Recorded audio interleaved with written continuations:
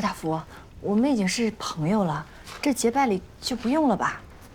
那怎么行？今日我们一同捉奸人，替天行道，乃国命之交，怎可轻慢待之？可结拜章程复杂，所需用具颇多，家中并无准备啊。是啊，义者何惧此难？火把制好，3声待宰，所需用具我定一一备齐。家中也没有皇天后土神啊，要不还是算了吧。皇天后土神，哦，20里地外有一个，我去请来。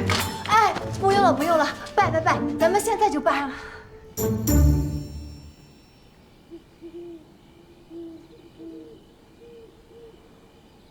这谁呀？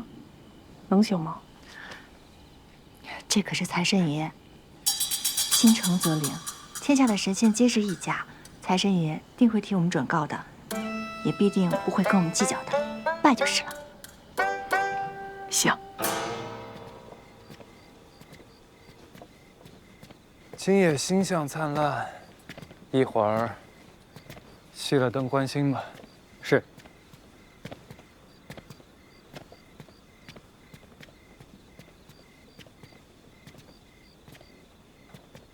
那儿怎么有火光啊？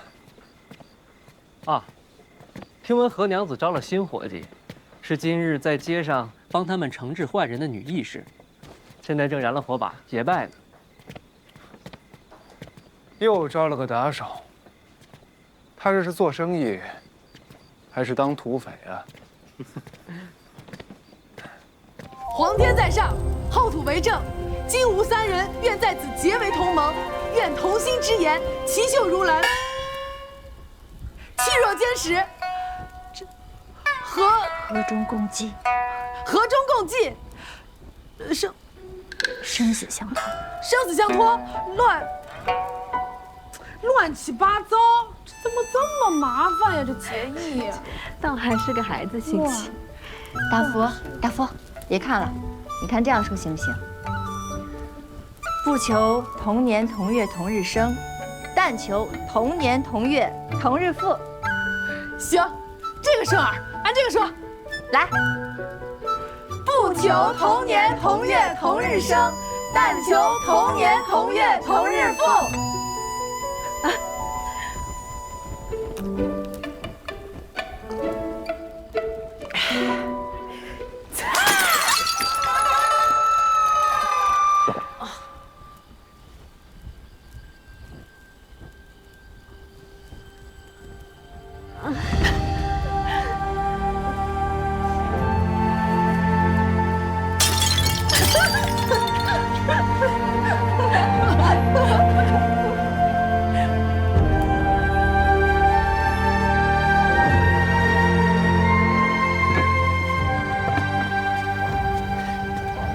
孙大娘说了，这香粉呀，以粟米为底，香材呢铺陈其上，但是这粟米会掩盖香材的味道，导致牡丹香味不甚浓郁。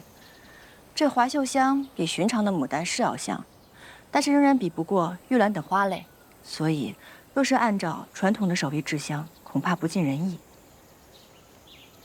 大娘，我想不如我们直接在底粉当中加入花材。这样可以使牡丹香味更加浓郁，您觉得如何？哎呀，行啊！我从未见过哪个香粉铺子往底粉里加香材的，还是这么贵的牡丹。这要是能做出来，定能打出名气啊！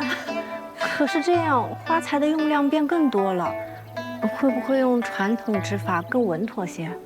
牡丹香粉与两市已经是独一份了，哪怕花材放的少些，也能卖得很好。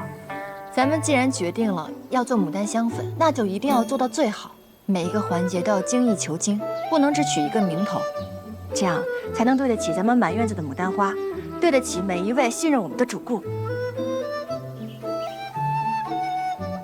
那既然大家没有什么异议，咱们开工。行，开工。牡丹香粉制作分为5步，前4步呢都是制英粉。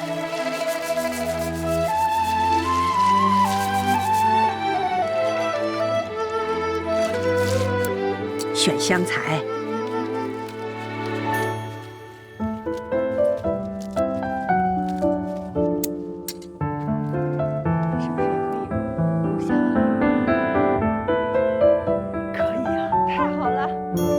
剪一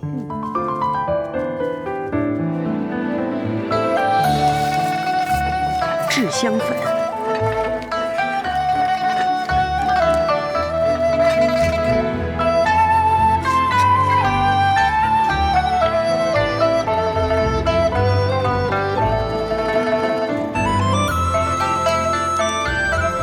蒸花露。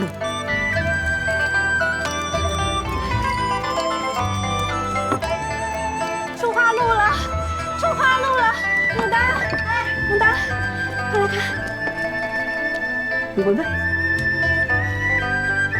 我闻。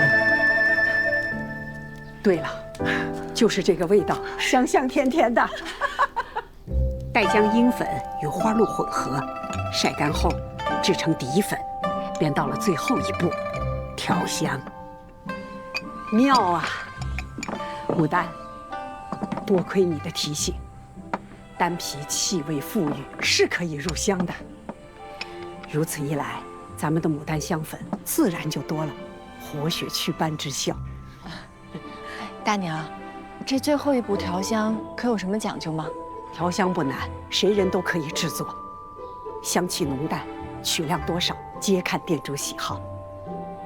大家都是一起出了力的，怎能因为我的喜好而定夺呢？一起调便是了。盛意，你先。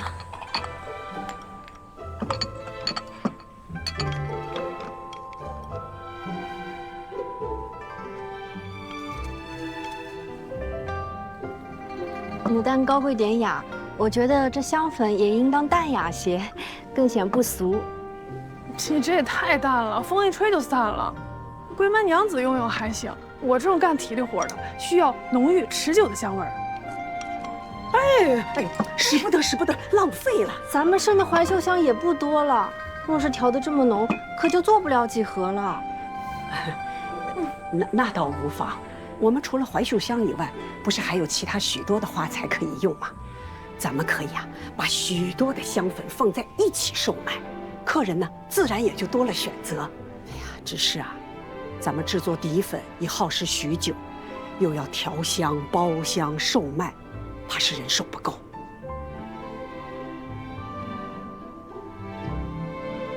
我倒是有一个主意，既不用纠结香味的浓淡，又可以解决人手不够的问题。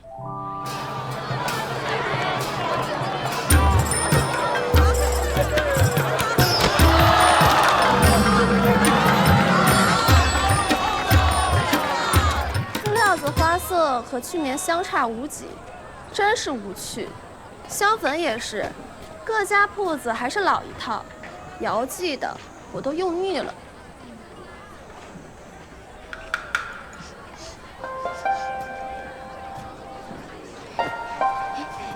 这香粉的气味好生别致淡雅，是哪家香铺所出？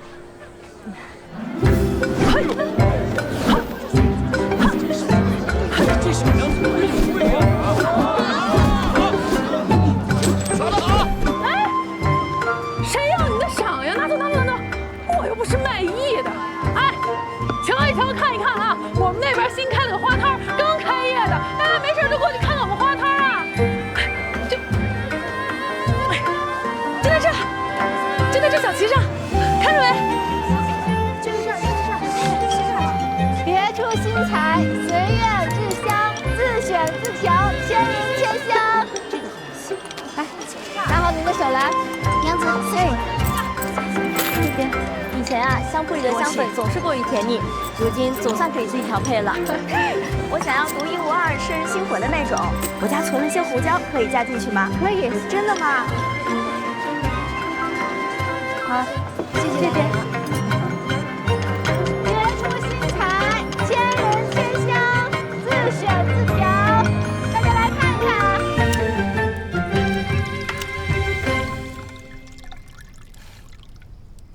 盛爷，咱们春一晚的花肥钱，全都赚回来了。太好了！那等这批春一晚全都顺利卖掉，咱们损失的本钱就都能收回来了。不止，到时候还能有盈余呢。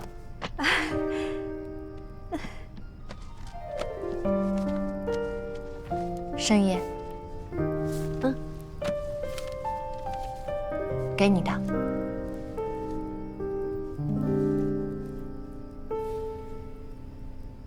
生意是我们一起做的，赚了钱当然要平分了。我以你的名义在贵坊中开了个户，这个月的盈余全都存在了里面。过不了多久，你就可以将你胞弟接过来，大家一起团聚了。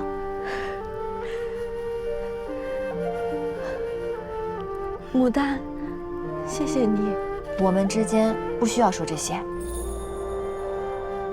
日后，这便是你的闲心闲钱了。你再也不用看其他人的脸色了。申义，你记住，以后你只需要做到顺应本心，自由自在。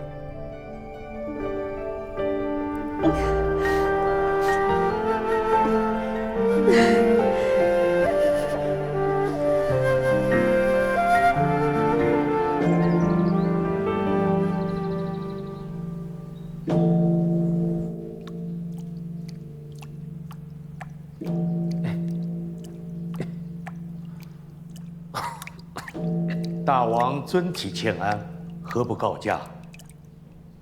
区区为政何足挂齿，当以朝政为重。大王爱民恤物，微臣自愧弗如。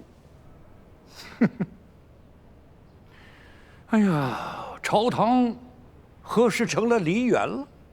天天上演爱民孺子，你们不累？我都看腻了。主公，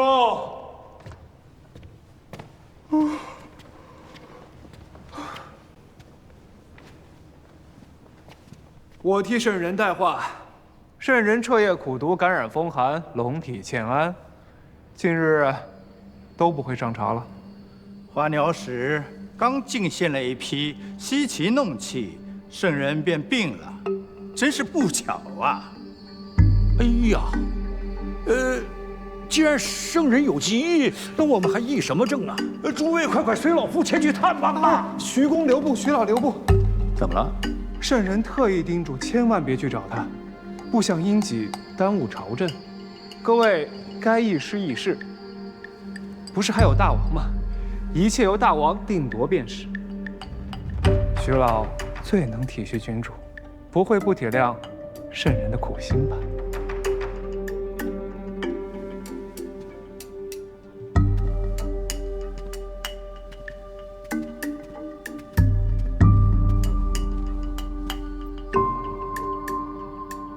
诸位，继续议事吧。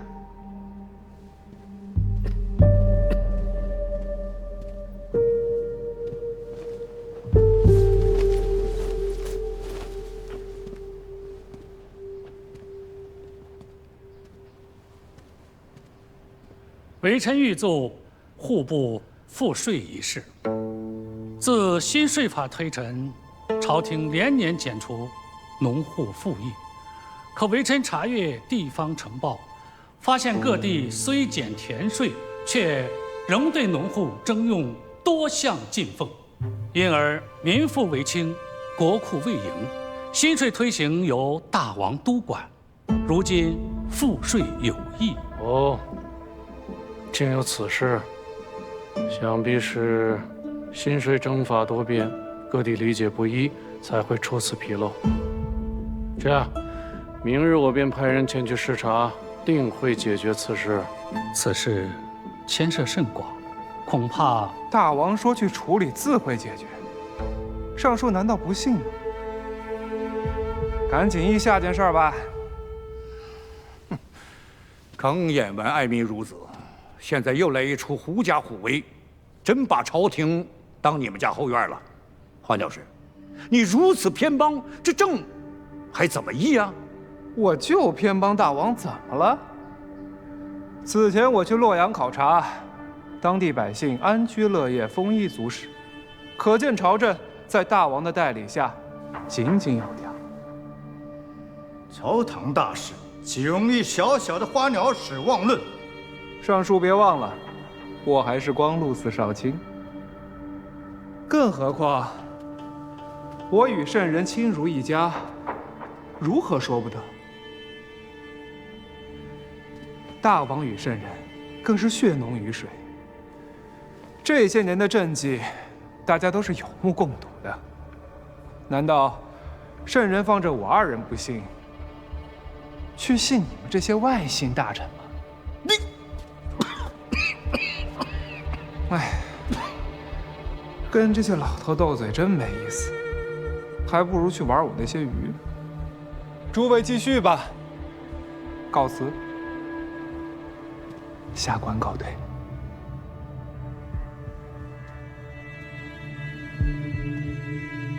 跳梁小丑，终于走了，走好。诸位，请继续议事吧。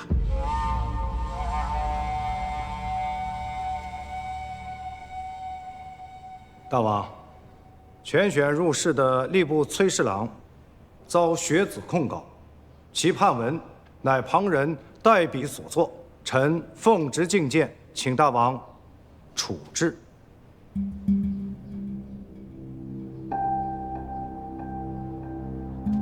兹事体大，还需细查，不如暂先搁置。学子乃国之重器，岂能够敷衍以待？崔侍郎造假之行，足以证实了我们现在的选贤之所已经成了兴私之地。国之兴亡，离不开栋梁之才，那么选拔人才便是重中之重。科举改革势在必行。老夫已拟好方策，请大王裁决。其一，规范全选制度，在朝为官者亦需要重新审核裁断，德不配位者罢免。其二，降低科举门槛，重新分配重榜名额，官学和私学的录取比例由原来的9:1改成6:4。徐公，非官学乃朝廷所设，入学者皆是重臣亲族，可谓优选良才，自然应该获得更多名额。而庶民品性参差不齐，若大量选入朝中，必有隐患。哦，老夫便是寒门出身呢，是先帝钦点的太子太傅。建议大夫，您这是在骂老夫呢，还是骂先帝呀？这，徐公休要胡说，我怎敢对先帝不敬？哦，口误，口误。诸位，江山社稷本身就是由普普通通的无数的庶民所组成，只有让他们踏进官场，才能够真正为百姓谋利。大王若是真的心怀万民，还望洗刷官场的糜烂之风，从此清门第，重才干。臣附议，臣附议，臣附议。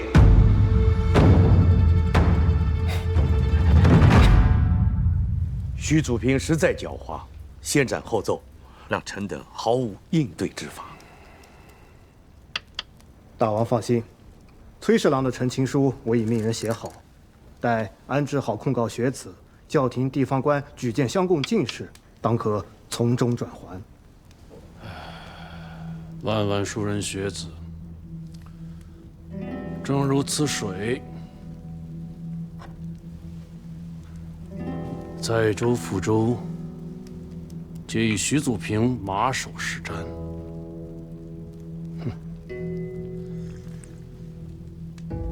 徐祖平正是这能汇聚众水之力的杯盏。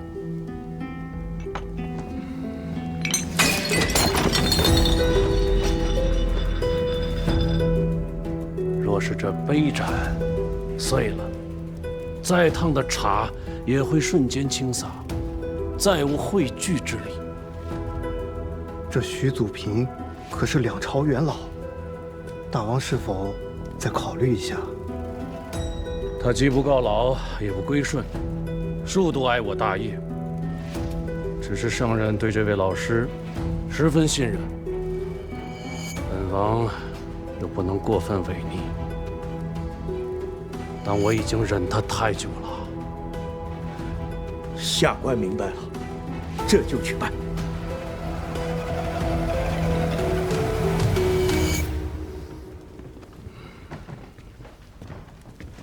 大王，刘员外郎求见。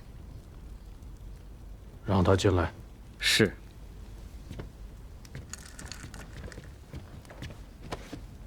下官拜见大王。哎，看来子叔还是没有适应长安的生活呀，还认为自己是判官之子，连户部小吏尚知道你我的关系。贤婿做着员外郎之位，自己倒忘了。还望岳父勿怪，我与幼珍尚未成婚，不敢贸然改口。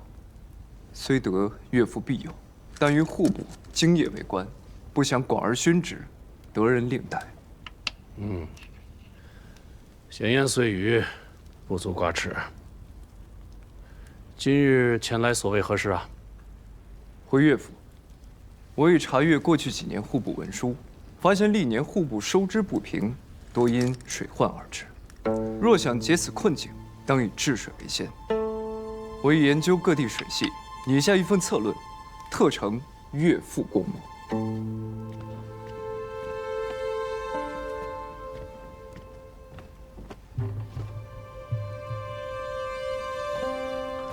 子叔，你这是？这几日未写策论，一不懈怠，应是不慎沾上了一些墨迹。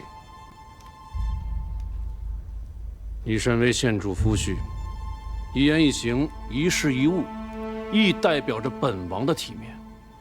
官在外，不可失了身份与尊贵。是。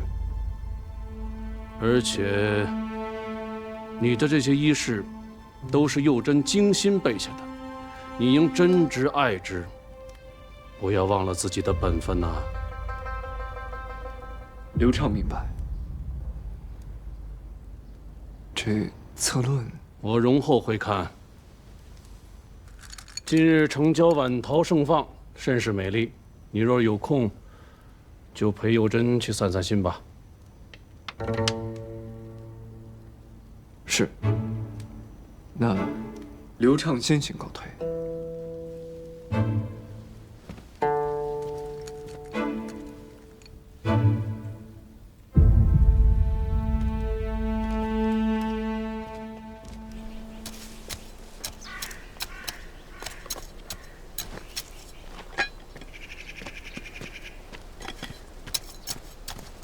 牡丹，哎，来尝尝。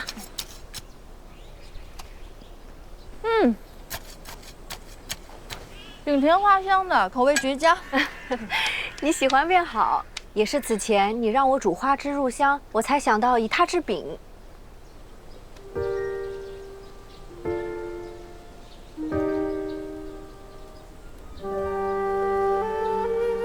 不管娘子想做什么，玉露都陪着你。你呀，从小就爱吃这玫瑰蒸糕，赶紧吃2块，一会儿好有力气帮我搅黄刘家的买卖。等待会儿办完了事，我和娘子一起吃。娘子，你快去铺子，这儿有话拦着。快让开你！娘子，快走！快走，娘子！快去拦住少夫人！快去！娘子，让开！娘子！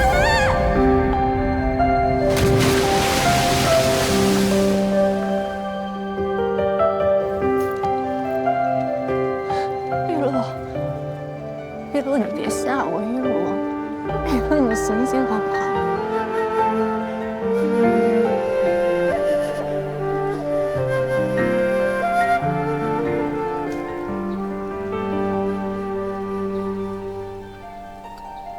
好吃。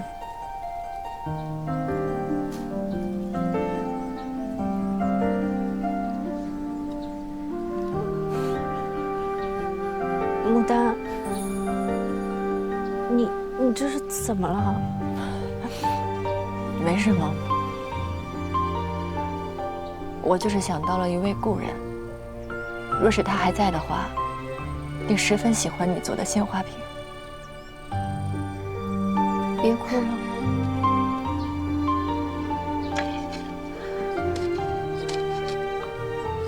生意，我想啊，这饼这么好吃，我们若将它赠与主顾，定会留住更多的客人的。这饼你做了多少？原本做了50枚，可刚出锅，香味就被川渝闻到，被他们顺走了。这堂堂的花鸟使，连我们平民的小事都不放过。我们早出晚归的辛劳，那不就是为了不欠他利钱吗？他倒好，反而还来占我们的便宜。他们去哪儿了？今日我自己去，你若去了，这鲜花饼还不知落谁肚子里。不去就不去，可若是有人来寻郎君，以我为什么没有陪郎君去见舞姬，我该怎么说呀？你让他们想想，你若跟我一起去见舞姬，郎君惬意的，这像话吗？驾！郎君慢走。见马英。哎。进来，驾。见舞姬，何娘子跟着，就像话了。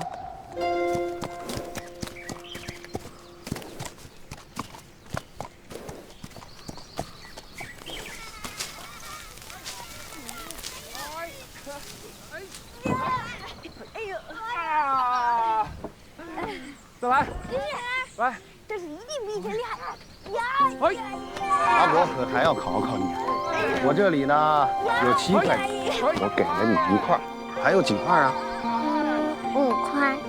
唐二，如果这还算不明白的话，阿伯这饼可就不能给你。阿兄。哎，唐二。阿伯说唐二再说不清楚就不能吃饼了。唐二不哭，不哭不哭。阿兄问你啊，阿伯呢给了唐二3块鲜花饼，阿兄要给他2块。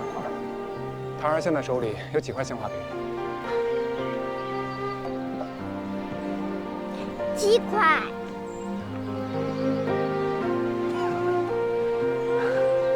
先去找阿伯领饼吃吧，就说啊是阿兄给的。阿兄，你呀，阿兄，来，阿兄怎么但是我总是打不好？阿伯给你饼，能不能教教我？阿伯，好啊，哭了啊。那你要想打得准，弓杆首先要拿稳，定准目标。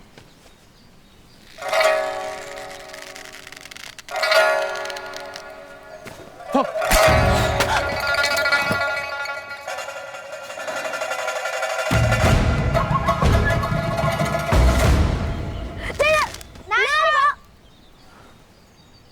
你这个小童真有意思，我不是贼，正相反，我才是来抓贼的。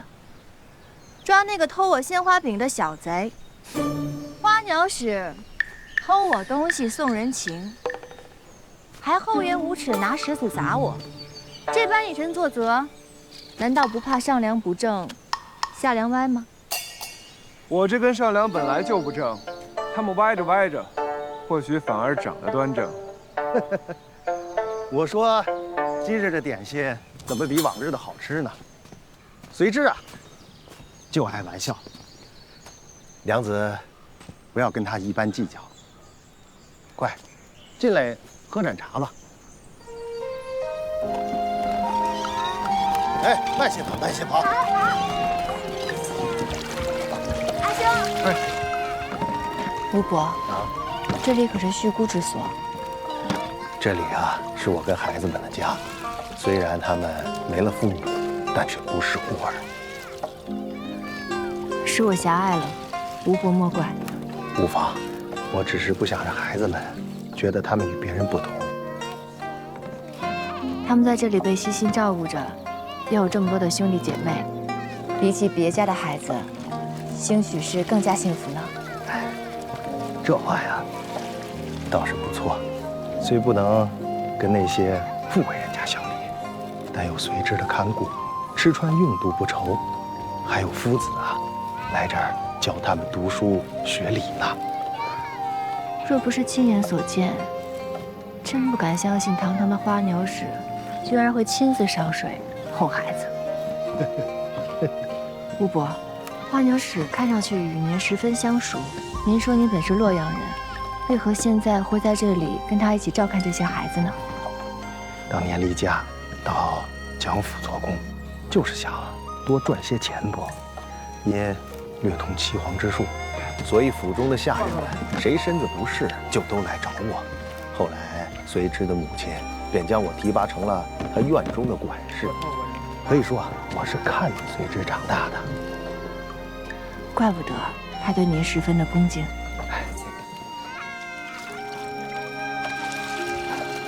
吴伯，哎，花鸟使少时性情也如此顽劣吗？随之啊，他就是看上去桀骜不驯，其实啊，心性纯良。夫人去世之后，院中人皆被遣散，忽逢那年赶上了饥荒，有许多孩童都无家可归，随之便又把我请了回来，替他照顾这些孩子们。你这是做什么？本该今日为孩子们沐浴的王大娘病了，若不是缺人手，你觉得我会纵容你跟过来吗？女孩们归你。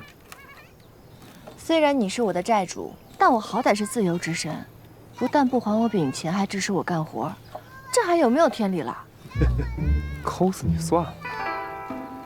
饼钱和工钱从分红里扣，行了吧？你们的阿兄啊，不像求人的样子，但是看在你们这么可爱的份上，姐姐带你们去沐浴好不好？姐姐是阿兄的娘子吗？不是。那你为什么要给阿兄做鲜花饼？为什么要帮阿兄？当然是因为他欠我的。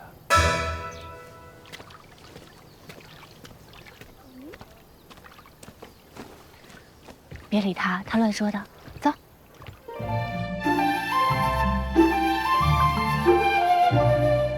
哎，慢点，慢点，慢点啊！大伯，还要抓了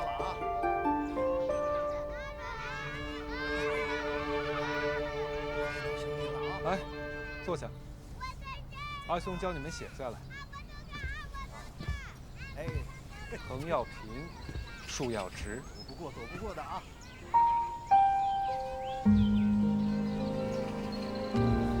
不愧是你的阿弟阿妹啊，洗个澡都这么不消停。王大娘年事已高，不若日后沐浴的活你便承包了吧。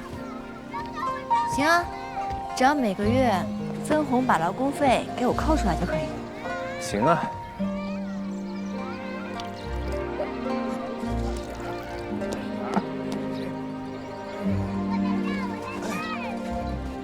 贾长阳，你跟孩子们在一起的时候，可真不像个贪官。你终于发现我这个富贵闲人的可取之处了。明明怀有善心，为何要藏着掖着？是怕被什么人发现不成？我若想藏，如何能被你发现？你回去想要帮我振振声名，我自然不会拒绝。只是怕旁人不会信你说的话，还会反过来骂我矫情失行。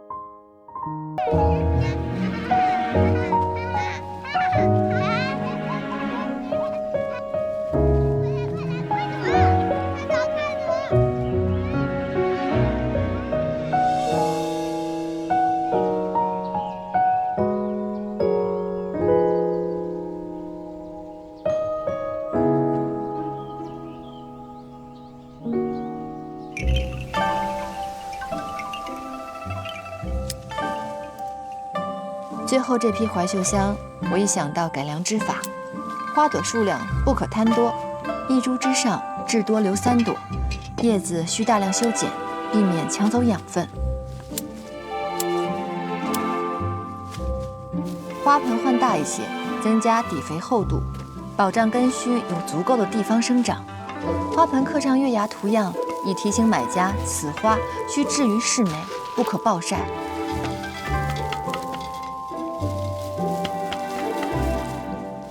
凡购花者，皆附赠1瓮花肥，让买家照顾起花来更为便宜。